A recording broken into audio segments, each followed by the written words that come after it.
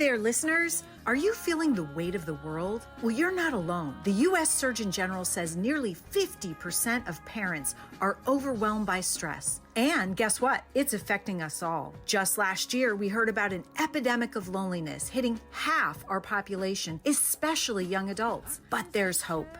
I'm Scarlett Lewis, founder of the Choose Love movement. We're dedicated to your safety, health, and well-being with proactive mental health strategies. Imagine a life where stress and loneliness are replaced by joy and connection. We've already reached millions with essential life skills to prevent violence, substance abuse, and mental illness. Want to join this life-changing movement? It's easy. Visit chooselovemovement.org today.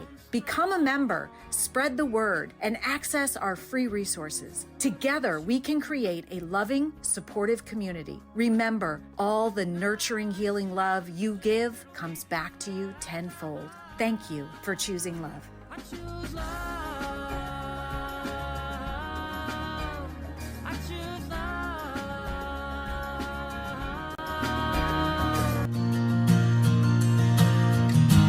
Hey, hey. Hey, hey, hey, hey, oh. The Choose Love movement offers no-cost solutions that keep our kids safe, providing them with the skills and tools they need to flourish. Join us in our mission to create the world we want to live in, one that's connected and compassionate. Check us out at chooselovemovement.org. Together, we can choose love. Hey everybody, it's Scarlett Lewis, the founder of the Choose Love movement. This is the Choose Love podcast, and we have an incredibly special guest today.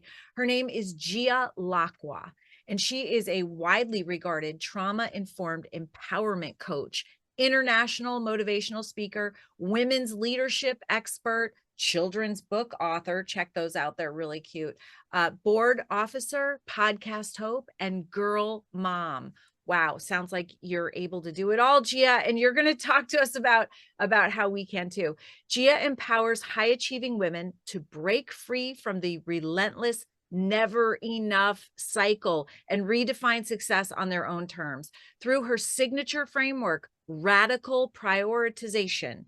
It's hard for me to even say. So we're going to talk about that today, though. Gia guides women towards authentic alignment, helping them focus on what truly matters to create impactful, fulfilling lives. Gia is a catalyst for change, inspiring women to redefine what it means to lead, live, and thrive. Those are our listeners, Gia. So we're going to be speaking directly to them. Welcome to the Choose Love podcast.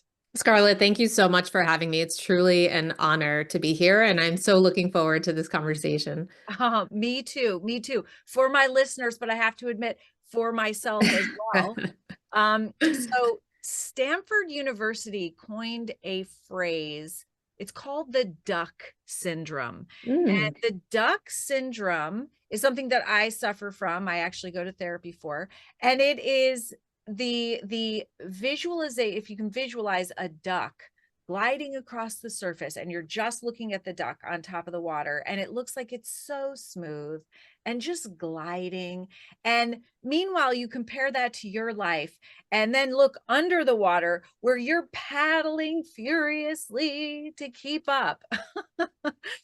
They called it the duck syndrome, but that's what a lot of us are suffering from. And that's literally what you talk about, what you coach women through on how to get that gliding effortlessly feeling, right?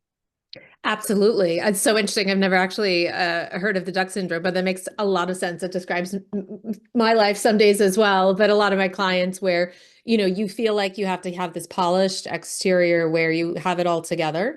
And on the inside, to your point, you're scrambling, you're hustling, it's a little chaotic, trying to keep it all together, but it is stressful. It is hard. And yeah, so I think that's a great descriptor of it's, what I talk about is like the never enough cycle, the never enough mindset, where it's no matter how much we achieve, it's never quite enough. And we're trying to do all these things. And what happens is when we're trying to do it all, be it all, and have it all, we end up settling in various aspects of our life. So we can talk more about that as well. Yeah. I think we end up settling. And then, if you add in feeling maybe a little bit of lack of self-esteem, just a little bit of Sure. trying to be all, do all for everyone. If you add in what's going on in our world, Yeah. we just had an election, and we have, international news that's very troubling.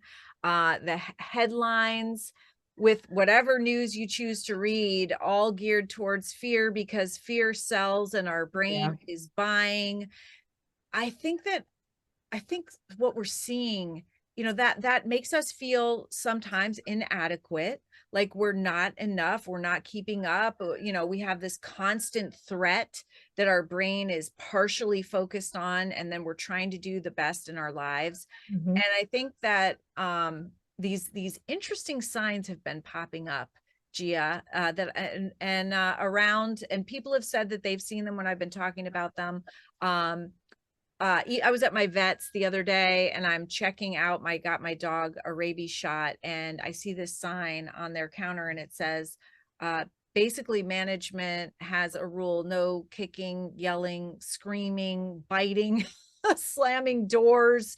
And I'm looking at this while I'm, paying with my credit card, and I go to the staff, I'm like, is this really necessary?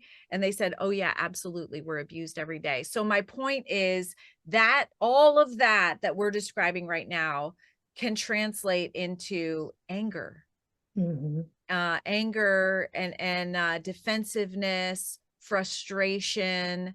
uh, Resentment. yeah. And so Yeah. I think even those that are out there that are listening that are also feeling that, I know sometimes my fuse can be a little short. Sure. And that's not the best version of ourselves. We give our power away when we do that. So that's worst case scenario. But how do we deal with this? And I know that you have done your own studies. And so what have you found in those? Yeah, so it's a great segue. So 69% of women, I conducted a national research study recently, 750 women in America, working women in America, found that 69% of women report feeling that no matter how much they achieve, it's never enough. And I also discovered that 75% of women feel that they have to grin and bear it, or quote unquote, suck it up, regardless of how overwhelmed they are feeling. So that tells me that there is a very serious concern around, I mean, the study was particular to women, but this can apply to men as well, where we are not caring for ourselves. We are not taking the time to repair, recover from all the stress that we are dealing with. Now, as you know, in the world we live in the society we live in, we're dealing with so many more stressors nowadays, right? External, internal, familial, societal, right? International. To your point, when we read the news, I have to cut myself off at some point because it starts giving me more anxiety when I start reading these stories, right? Well, And it's so, interesting because our brains aren't wired to manage international news. Our right, brains are still wired to deal with about 100 people in a community. And the fact that correct. we're receiving news about COVID deaths and Yeah. war deaths and Yeah. all of this, like it literally is too much for our brains. It is. It's overwhelming. And so when you think about all the stressors that are on our plate, I recently did a talk with a group of women at a conference, and one of the women said to me, and everybody sort of agreed, was this collective sigh of relief, like we're just bracing for the next thing. We're just bracing for the next, crisis, whether that be micro within our own lives or macro on a societal level. And so that keeps us stuck in this fight or flight cycle. It keeps us in survival mode to the point where we're no longer able to get back to that homeostasis in our body. And so there's a concept called allostatic load, which is the buildup of stress in your nervous system. And so what happens is if you're not coming back to baseline after a stressful event, then what happens is your baseline will continue to get higher and higher and higher. And that is the buildup of stress in our nervous system. And that's why when we get triggered by something that is seemingly innocuous, it has nothing to do with that particular interaction in that particular moment. I had somebody yell at me yesterday because of where I had parked at school. And that just brought tears at school. And that just brought tears to my eyes. It really was not about that interaction in particular. It was about the buildup of what I was dealing with in that moment, that day, that week, this year, right? And so those things that can trigger us are really not about what's happening in that moment. It's really about the buildup of the stress that we are not adequately managing. My mind automatically jumps to what's possible. What is the opposite of where, gosh, 69% of women think they can never be enough. They can never do enough. 75% have this kind of grin and bear it attitude. That's how they're living. Yes. Grin and bear it. And while you were talking about that, my mind just went to, okay, survival mode. What's the opposite? It's thriving. And what does thriving look like? And I couldn't help. I have these dual conversations going on. I am listening to you, but I'm also thinking, like, what is possible? What are we, I don't want to say supposed to be, but what could we be? We could be present. We could be joyful, grateful, just having that energy, receiving that energy, having that energy go out, calm, capable, feeling worthy, feeling enough, because that's the truth of who we are as human beings. That is how we were created. It's so interesting. We weren't, when we're born, we have a fear of falling and a fear of loud noises. That those are the only fears that are innate within us. And then we learn fears going forward. That's really interesting because at our very base, we are simply love. And so I think it's right now, this conversation is like, how do we return to our highest and best self from where we are right now?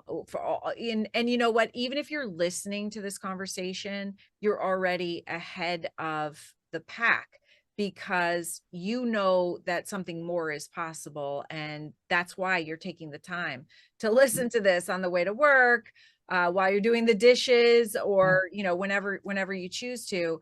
But there is a better way. 100%. And I think what you said is really important about, one, recognizing that there is a pain point, right? Recognizing that there is a problem, that it's not perfect. Because what I hear a lot of times, especially with high achieving women, is I'm fine. It's fine. Right? Because we want to just, again, put on that facade of the duck, right? Everything is okay. I'm good. Right? We don't want anyone to see us sweat because we were taught, don't let anyone see you sweat. I'm right? laughing a little nervously. Okay. Yeah.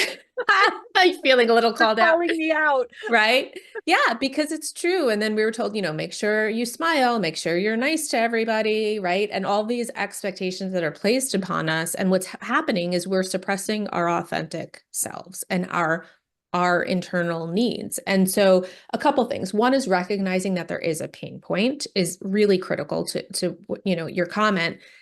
And the second part is recognizing, I love that you said that there is something more, there is better, there is another way. And I think the problem is we either get stuck acknowledging the pain point or putting our finger on the pain point, or we get stuck with, well, I don't know what to do about it, right? And how do I come out of this? And how do I break the cycle? And that is particularly scary for high achieving women when everything you have done has led you to be successful. So the very thought of changing what has worked for you in the past can be crippling for women. And so there's a concept called cognitive dissonance, which essentially is when your beliefs are not aligned to your actions. And that creates an internal conflict or internal turmoil. So if I say that I want to save, I believe it's important to save money for my children's college education, right, for my retirement. But on the other hand, I find myself needlessly spending on Amazon when I'm scrolling at 11 o'clock at night. This is hypothetical, of course. That creates a dissonance within me because what I believe and what I am doing are not aligned. And that can happen in so many facets of Every our time I scroll lives. on the cell phone, every time, like, this is just wrong. The doom scrolling, Yes. right? The online shopping. And it Yeah. is, it's Yeah. it's a way of coping with all that stress. Yeah. The dopamine The hits. dopamine, the escaping, the constant barrage of Right. stress. Right.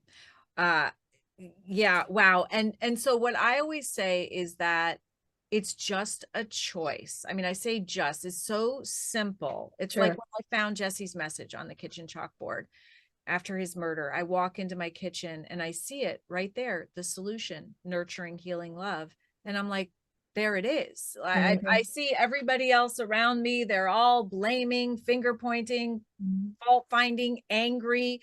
And I'm saying, this is it. It's so simple, He but gave you the simple. answer. Yeah, he gave me the answer, but simple isn't always easy. I found that out throughout the last 12 years, right? Mhm. Absolutely. Absolutely. And there are simple ways to address it, but to your point, it's not always easy. And we have to be willing to do the work. We have to be willing to be introspective. We have to be able to effectuate change in our own lives. If you want something different, you have to be willing to do something different, right? Nothing changes if nothing changes. And so, being able to recognize that the pain point is great enough for you to want to do something about it is really a critical I would say a pivotal point for a lot of women. Absolutely. It's getting out of that comfort zone that your brain wants you to stay in, Yeah. because that comfort zone is where you're safe Yeah. physically and emotionally. And nobody wants to leave that comfort zone. So that's a really good point. Like for me, it took my son's murder and I was drop kicked out of my comfortably uncomfortable zone, like not really, definitely not achieving my highest and best self, but also kind of safe. And then, so that's what it took for me. And that's what I say. But right, that pain point that gets you out of the comfort zone into your learning and growth zone. But it can also be a choice. But you're right, it does take effort. It takes personal responsibility. It takes you shifting from this is my mom's fault, the way she treated Mhm. me, my ex-husband's fault, it's society's fault, it's anybody's fault but your own. Yeah. And whoever said that happiness is hard work? Like, you know what I mean? And Mhm. we have to do it. And it doesn't really, it's not about what's out there, achievements. I know that you probably coach so many uber successful people who have tons of money and then they reach that and they're like, whoa, this isn't it. So, Isn't it? Yeah. right. So, Yeah. um, Totally. But yeah. really takes redefining what your goals are and who you are, and ultimately feeling good about who you are and accepting. Call that self-love. And I call that the most important lesson that we can learn in life. And then getting your priorities straight, right? 100%. And that's really where the concept of radical prioritization comes in. I mean, listen, you've lived every mother's worst nightmare, right? And so to your point, it looks different for everybody. But the sooner you can address that pain point and recognize that there is a different way, there's a better way, and that you can shift and change, right? The more time you'll have enjoying your life and actually feeling fulfilled instead of just saying, I'm fine. And I think that's the really important part is how do we get back to our authentic selves and how do we get back in touch with our core values? What is really important to us versus what other people are telling us should be important to us? How do we get back to focusing on what is really important to us personally in terms of our own priorities, right? Are you focused on the things that really energize you, that bring life to you, right? That bring you love, that bring you joy? Or are you going through the motions and doing the things because you think you're supposed to be doing them or you should be doing them, Right. right? And I'm sure everybody that's listening is going, yeah, that's me. Yeah. So Gia, how do we start with this radical prioritization process? Yeah, so it's a proprietary framework that I have created, and I have programs that are built around it, from coaching to an online course to an in-person event. But essentially, what it comes down to is really getting in touch with those core values. What are the things that you need to experience in life to feel joy and fulfillment, right? Is it family? Is it love? Is it impact? Is it creativity, right? And that looks different for everybody. And so, what I would like to say is success for women should be as unique as your fingerprint. Mm, Right? We were sort of taught that success is a one size fits all, and it's mhm, not. It is highly personalized. And the other thing about success is what it looked like for you 10 years ago, 5 years ago, 1 year ago may look very different than what mm. it is for you today and what it will be in a year, 2 years, 5 years down the road. And so we go through different stages, right? And seasons of life, and it's not meant to be static. And so I think we get stuck in this. There's one definition of success, and that's the definition I have to live up to. And you Mhm. and I were talking just before the podcast about, the number one regret of the dying is living a life that others expected of me, right? And not the life that I chose to live. So if that's what people are saying on their deathbed, why are we not heeding that advice and saying, wow, like whose life am I living here? And what is the life that I want to start living? Now, is it easy? No. Is it going to happen overnight? Absolutely not. But being able to articulate what it is that you are looking to achieve and what success truly means to you, what I say is we need to redefine success and make sure it is your personal definition of success by looking at your values, your priorities, and the impact that you want to have, and then taking small steps to align to that. That is so good. I love this quote. Success should be as unique as your fingerprint. That's that's really amazing because I think that we compare ourselves to some ideal, somebody that drives 100. I mean, who knows? Yeah, like a sure, fancy car, lives in a sure. or who knows what your ideal is in your mind, and that is not what success is for you. Correct. And so you'll never be happy. You'll never be fulfilled if you are chasing someone else's definition of success. And I learned that firsthand, and so I think that that is important to recognize that we are comparing ourselves to others, especially with social media, right? It's very easy to get trapped in that cycle and not knowing what's behind that picture or that reel, right? You don't know half the story, right? And so you're comparing apples to oranges. And even if you're comparing apples to apples, it doesn't matter because what's important to that person is going to be different than what's important to you.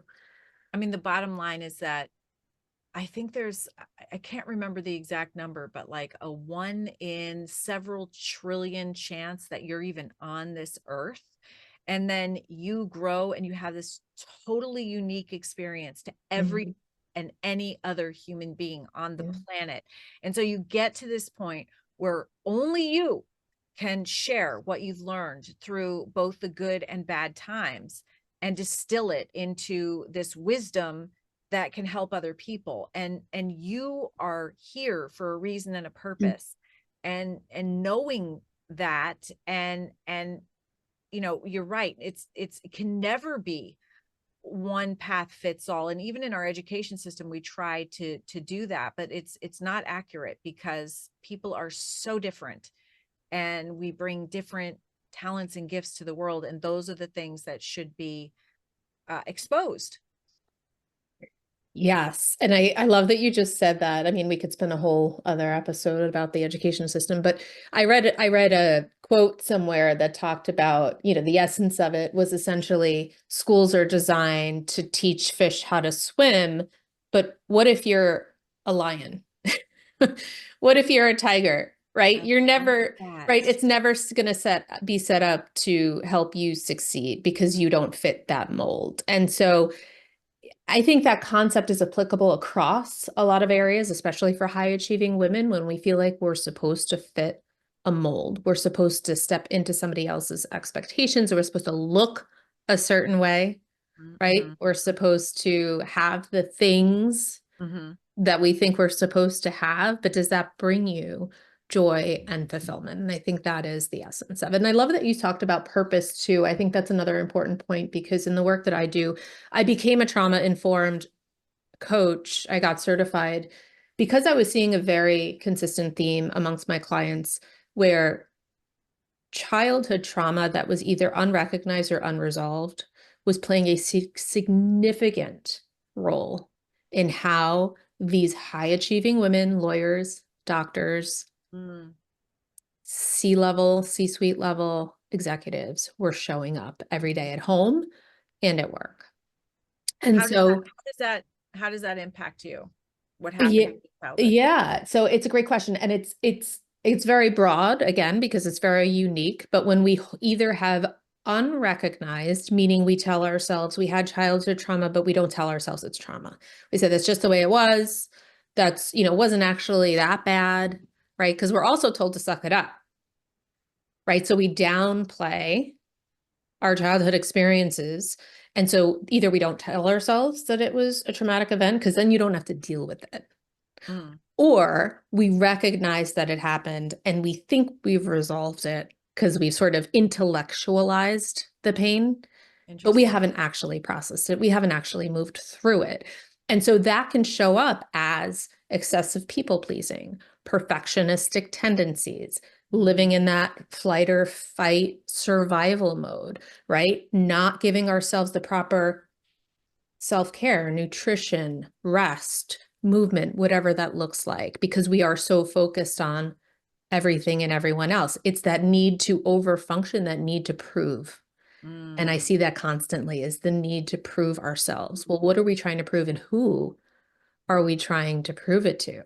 And so that can be really detrimental, right, for people. And especially, to your point, you get to this level of quote unquote success, and then you realize, well, I'm not happy, I'm not fulfilled. So now what? And so really stepping into that purpose, I think, is important, because we've all lived through various traumas, capital T or lowercase t. And so, I think, and this is probably very applicable to you in the work that you do, Mhm. a lot of us can experience that post-traumatic growth, right? And where we turn that pain into purpose. You're the only person that I've interviewed, I think, in 120 podcasts, over 120 podcasts, that has mentioned post-traumatic growth. And of course, the Choose Love Movement's programming is based on post-traumatic growth. This concept that we are designed as humans to grow through difficulty. And that's, wow. Okay. And that's Yeah. exactly what you did, right? Well, yes. Yeah. And I realized, after the fact, Yeah. that there was a name for it. Yeah. It would have been really helpful if I had known, from the very beginning that Of there was this concept that's been fully researched, Yeah. that and that's literally how we're designed. So I could be looking for the growth instead of Yeah. fearing, which is what I was doing, the worst case scenario, and looking for that, by the way, Of course. which was PTSD, Yeah. thinking, oh my God, how is this going to manifest in me? I'm probably going to be institutionalized. I mean, the thoughts that ran course. through my I head, can only imagine. when at the time there was this thing called post-traumatic growth. And I could have started earlier looking for those growth points. Strength that we can rise above. I choose love. Hey there, listeners. Are you feeling the weight of the world? Well, you're not alone. The U.S. Surgeon General says nearly 50% of parents are overwhelmed by stress. And guess what? It's affecting us all. Just last year, we heard about an epidemic of loneliness hitting half our population, especially young adults. But there's hope. I'm Scarlett Lewis, founder of the Choose Love movement. We're dedicated to your safety, health, and well-being with proactive mental health strategies. Imagine a life where stress and loneliness are replaced by joy and connection. We've already reached millions with essential life skills to prevent violence, substance abuse, and mental illness. Want to join this life-changing movement? It's easy. Visit chooselovemovement.org today. Become a member, spread the word, and access our free resources. Together, we can create a loving, supportive community. Remember, all the nurturing, healing love you give comes back to you tenfold. Thank you for choosing love. I choose love. I choose love.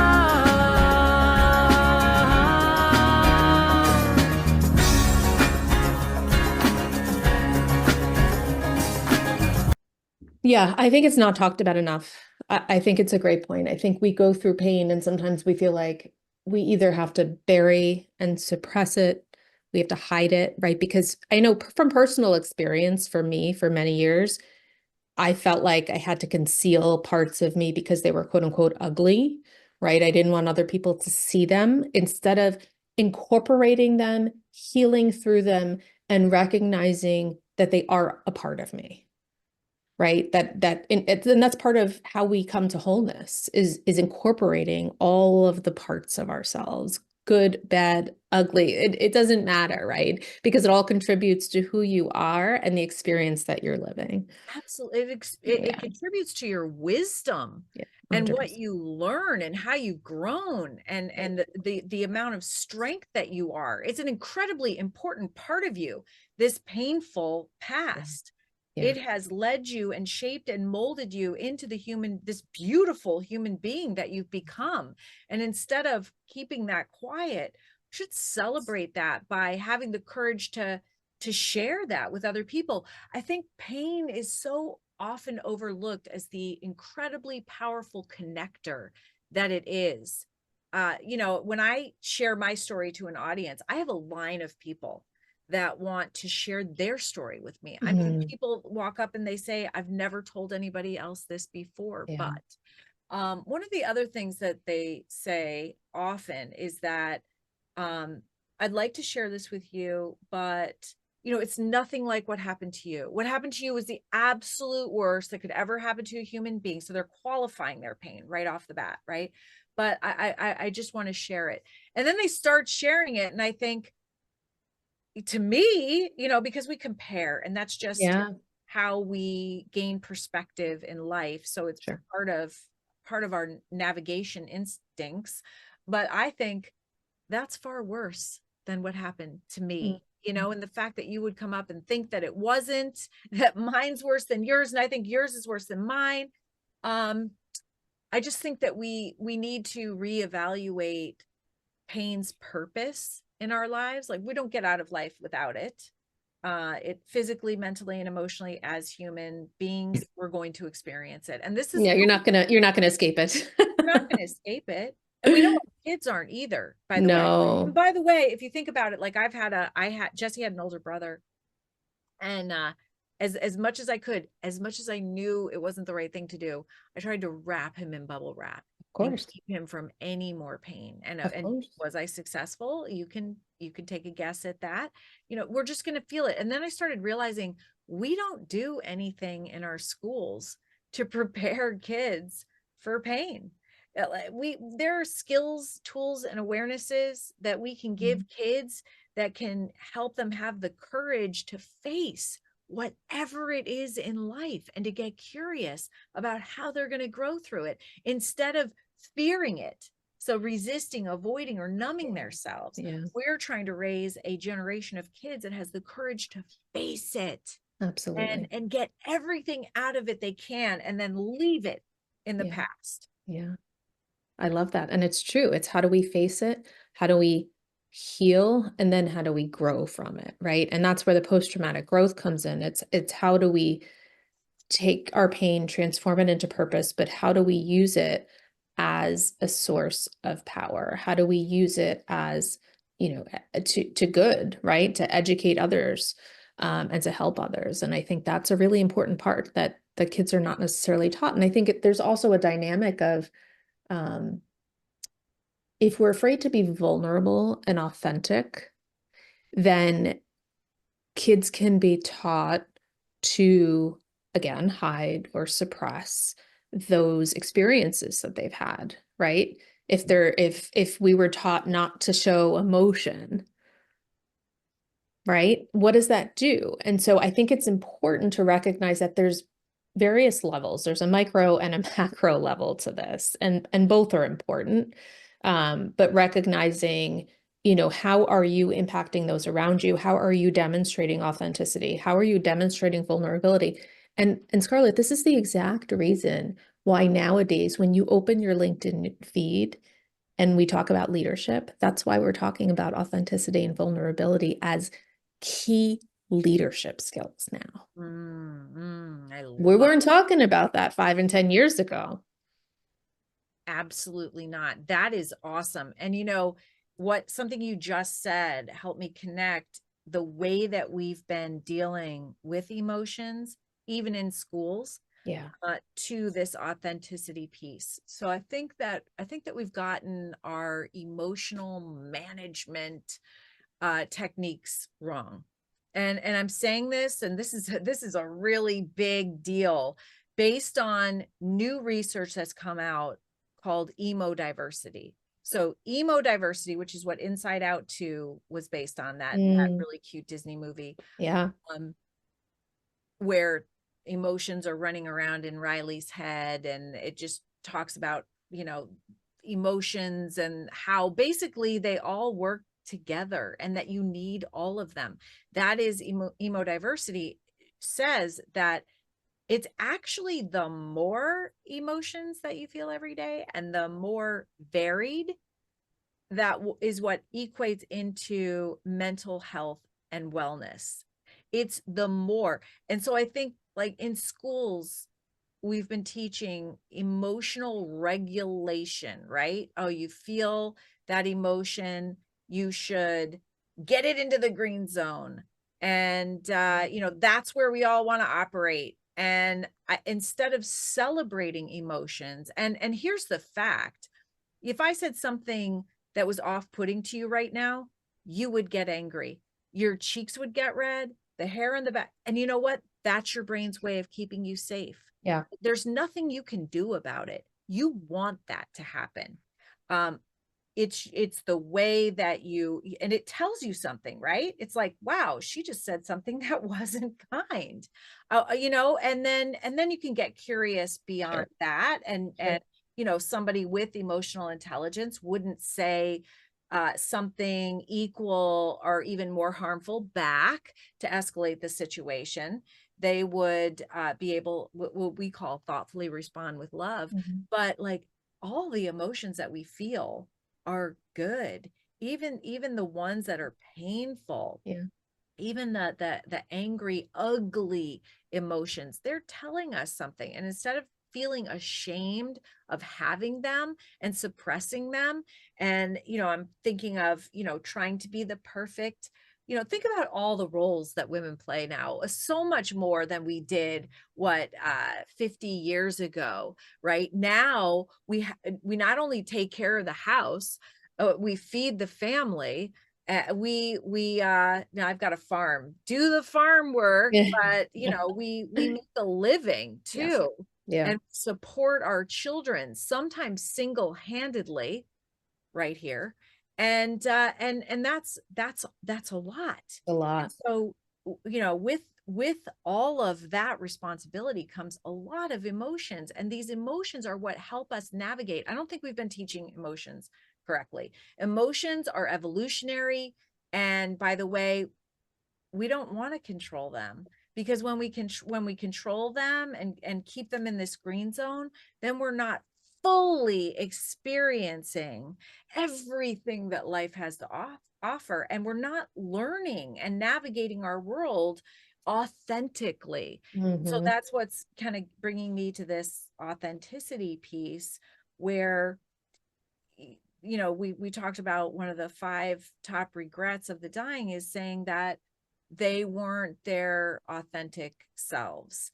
they didn't live to be truly who they were or their highest and best self. They lived to be the expectation of someone else. And I think this whole emotional management thing weighs in a bit on that. We don't celebrate our emotions. There's shame surrounding those red zone emotions.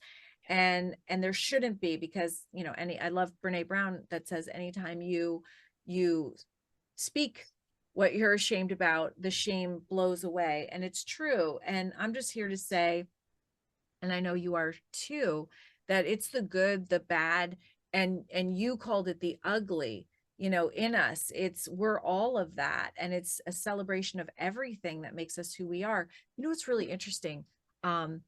So I talk to school shooters in my research. You're doing surveys, writing a white paper. I'm also, you know, reaching out and talking to people that no one else wants to have a conversation with, because I think that they are the ones that can really lead us to the solution, something that nobody's been able to solve, right?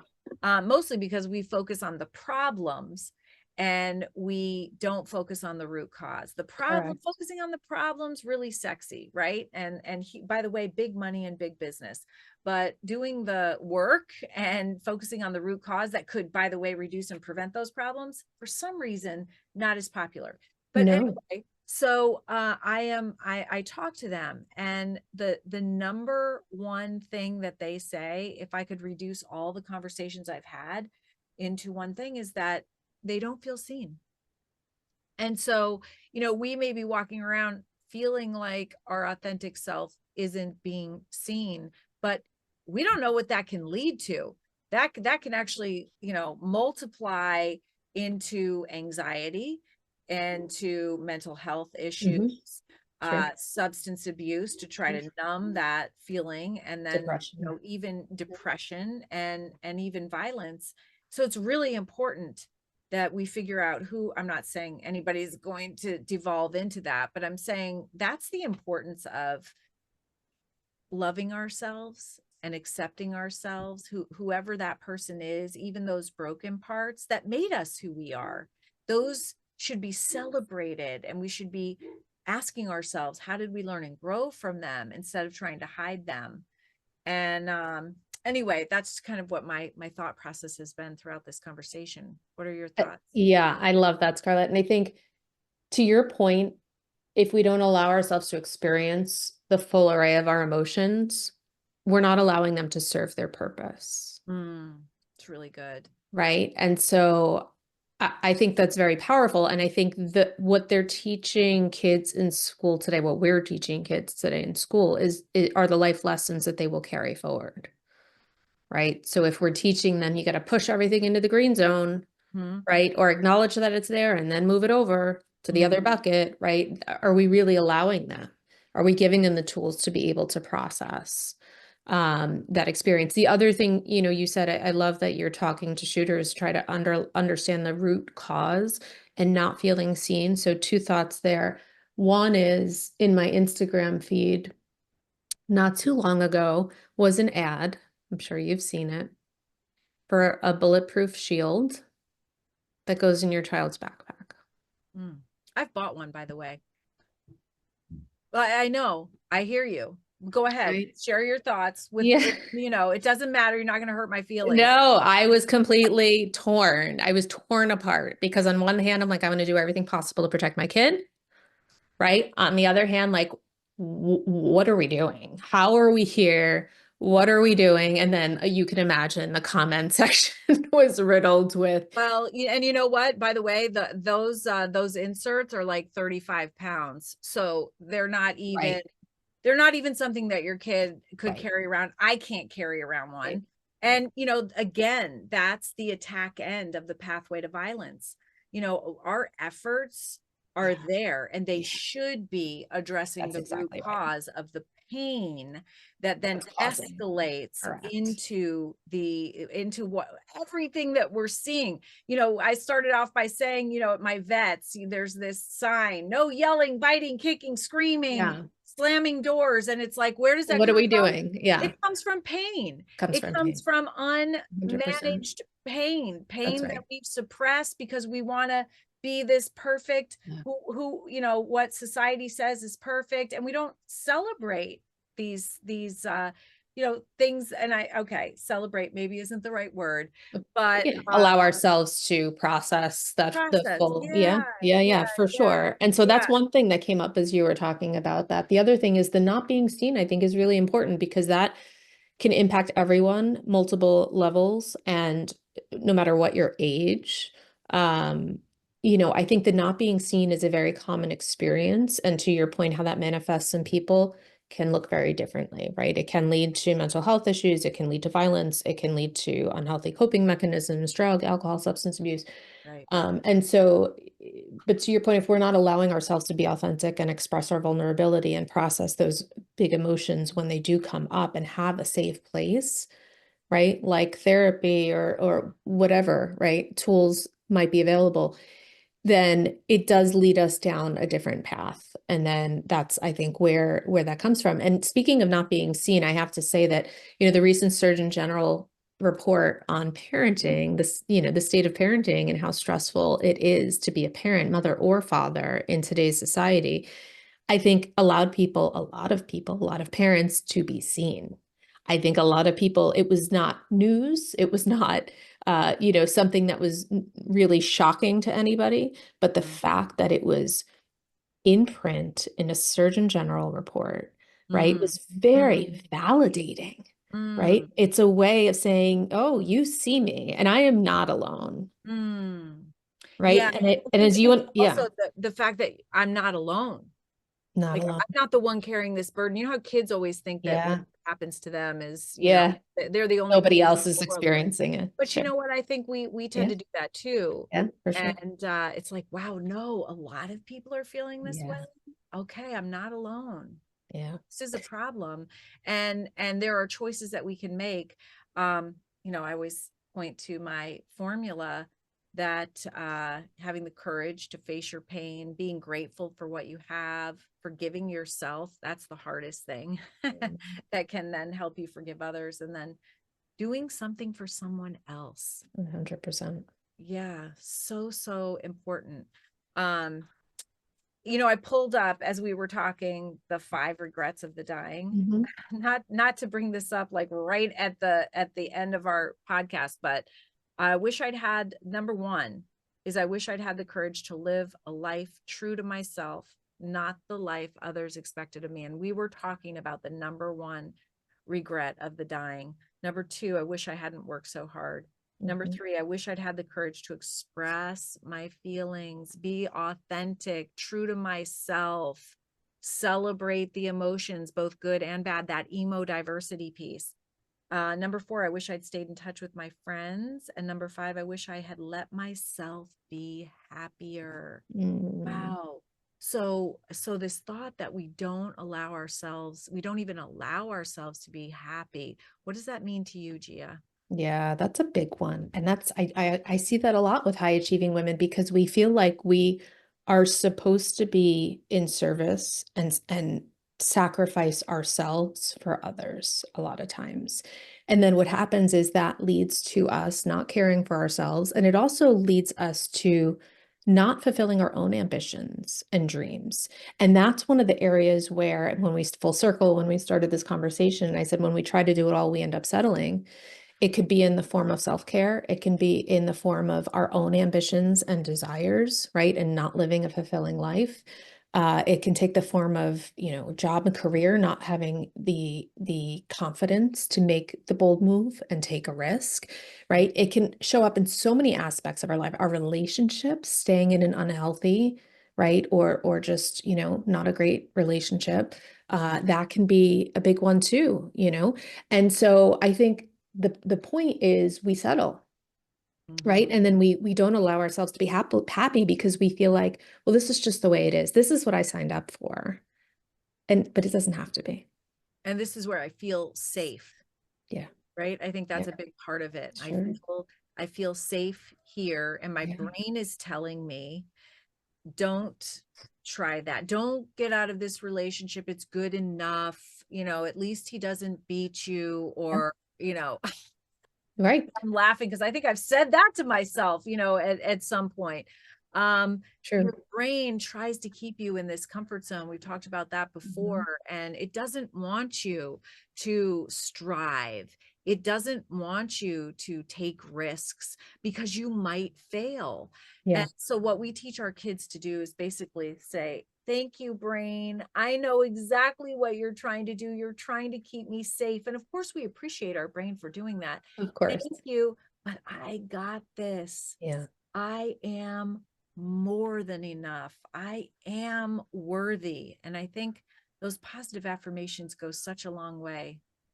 Yeah, and being able to step out of your comfort zone is really challenging, as you mentioned. And I think for a lot of high achieving women, we either were raised in chaos or have come to be so familiar with chaos that, to your point, that's familiar, so that in our mind is safe, right? So for me, for many years, when I found myself quiet and still, I was very uncomfortable. Or if I tried to meditate, very difficult for me, right? Because I didn't know what to do with myself. I didn't know what to do with my thoughts, right? Because I felt like if I stopped, I would have to process the things that were coming up. And so I think for a lot of people, not everybody, but I think for a lot of people, chronic busyness Mm. is a coping mechanism. Overfunctioning is a coping mechanism. And so really stepping back to ask yourself, what are we doing here and why are we doing it? And giving yourself the space, as we were talking about before, to process the emotions and the thoughts that are coming up is so, so critical. And how do you do that? How do you process? I'm just curious, like, what are the methods that you use? Yeah, and it's definitely hard. I would say get professional support. So obviously therapy is an incredibly powerful tool. EMDR, I have found to be extremely helpful. I know others have as well. For those who have experienced trauma, having a coach to help you identify those pain points and figure out what is it that you want in your life and how to create that life that you're looking for, or whatever that is, relationship, career, right? Parenting skills. There's so many different types of coaches, wellness coaches, right? So figuring out what it is that you're looking for and getting the right level of expertise and support to help you through that, I think is so important. Again, because I feel like we're sort of taught that we have to do this on our own, right? Don't ask for help. I can't tell you, like how many times I had said that to myself previously. It's sort of, it was a mantra or a motto, like the more I can do myself, the more I'm improving myself. And it's just such a false story and a false narrative. So I think recognizing like that can be the most powerful thing you do for yourself is reaching out, to a coach, to a therapist, a mentor, a friend, just to get that dialogue started, I think is really important. And then sometimes journaling can help, even if you're not quite there. Just journaling thoughts and getting prompts to help process what's going on in your head, and getting it out of your head and onto paper can be helpful too. I think the explosion of coaching that we've seen over the last couple of years is for a few reasons. One is because there just aren't enough therapists. And, it's kind of therapy. I mean, I've been in therapy my entire life. Therapy is wonderful for managing things in your past. If you get a therapist that is a good personality fit and that can challenge you to move beyond it. Otherwise it can just be a little bit of toxic rumination. Yes. And I think the difference is that, and first of all, there aren't enough therapists. We know that now in numbers. There aren't enough therapists, and therapists have waiting lists, and it's very hard for kids to get into therapy. We know 70% of our kids don't get professional help, so they struggle alone. And so I know coaching is more for adults, but coaching, I love the concept of coaching, and Choose Love recently also hired a coach for our educators.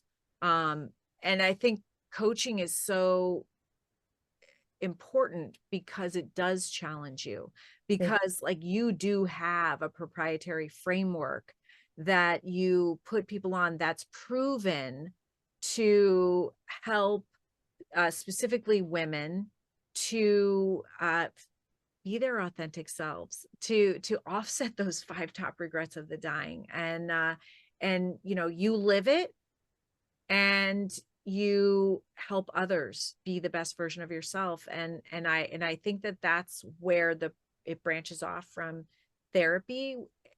For listeners who are, Yeah. you know, deciding which one to do, I think, you know, if you have a something that you think is a diagnosable mental illness, maybe you go the therapy route.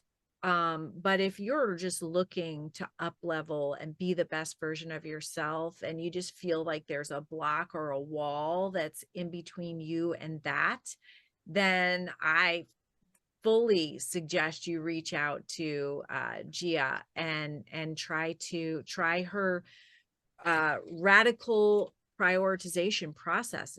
And you know, I mean, you have one life. I always, you know, there's that dash thing, you know, where you're born, you live your dash, and then you Mhm. die. And it's like, we're living our dash right now. Yeah. And by the way, nobody knows how long the dash is, and I have credibility saying that. So you want every day to be the highest and best version of yourself. My mom's younger sister just died, my Aunt Pat, and she was a tremendous person. But she died young, and it was kind of unexpected. Mhm. She left this 7-page legacy paper that her kids just found. It's not like even like she gave it to them. It was a Wow. paper that she had written, and it was so beautiful. But it talked about everything that we're talking about now, Mhm. living her wishes for her kids. What are True. your wishes for your kids? You got to live and model that right now. 100%. Right? 100%. Yeah. And as especially as mothers, as women, and as fathers too, right? It's a ripple effect. You're modeling the behavior that they are going to pick up and learn, right? So if I don't make time for self-care and set boundaries, how are they going to learn it, right? They're not learning it in school. So, you know, and for I have 2 girls, that's like particularly important to me, but that's one of my motivators. And so, yeah, and I love, you know, I couldn't have said it better myself. I appreciate that, Scarlett. I think therapy is for, you know, if you're more focused on the mental health diagnosis, conditions, but also processing, you know, past experiences, past traumas, that's really where therapy comes in. And I think coaching, to your point, a great way to describe it is you're just feeling stuck. You're not sure what that next step is. And coaching can really be that bridge from where you are to where you want to be, more forward looking. And so, yeah, I mean, I think it's, you know, especially when you get to a certain point in your life, in your career, where you say, like, is this it? Right? Or I've reached this level of quote unquote success and I'm not happy, I'm not fulfilled, right? Like, what's next? Yeah, so those tools can be incredibly helpful. Yeah, I mean, if you wake up in the morning and you're not just vibrating with gratitude for being given the opportunity of another day to serve, then you could use coaching, Mhm. because, you know, that's the highest and best. That's when you wake up and you're just grateful to have one more day, because not everybody gets that. And I love the sign behind you, Gia, that you know, some people are going to be watching this video, but some are just going to be listening. And the sign says, "Your future starts now. Don't wait." Why wait till January 1st? Right. You Right. know, and the majority of people that start something on January 1st, they end it by the end of the month. And I think Absolutely. they end it within a few days. Yeah. Start now, Yeah. right now. It doesn't mean that you won't make a mistake. It doesn't mean that, you know, your life is gonna instantly change, but you're making the commitment. You're making the choice. This is That's right. the choice. It That's starts right. with the choice. Everything starts with a choice, and everything starts with a thought. And so anyway, Gia, I just want to thank you so much for joining us today. I know that everybody got a lot out of our conversation, and we're going to put your website and all your contact information, as well as all your social media, in our post so that everyone can follow you and learn from you. Do you have any last minute words of wisdom that you want to leave? Yeah, well, first of all, Scarlett, I want to say just thank you so much for having me on the show today. This has been such an impactful conversation, hopefully for your listeners, but even for myself, I think this has been really, I really enjoyed our conversation today. And so, the only thing I would say is try to go back to cognitive dissonance, try to identify the dissonance that you're feeling in your life and where you're feeling stuck. Doesn't mean you have to solve it on your own, doesn't mean you have to figure it out overnight, but just start to identify where that discomfort is coming up for you, whether it's relationships, career, right? In whatever facet of your life that's showing up, wellness, self-care, and then being able to pinpoint that, right? And then to your point, making the choice to do something about it. So yeah, I thank you so much for having me on the show. Yeah, thanks, Gia. And thank you Thanks for everyone listening. for listening. Thank you for being a part of the Choose Love movement. We are creating the world that we want to live in, one that is safer and kinder. So thanks for being a part of that. And I will see you next time on Choose Love. Thank you. Hey, hey, oh. It's all part of us. We can all choose love. It'll lift you up if you let it in. Let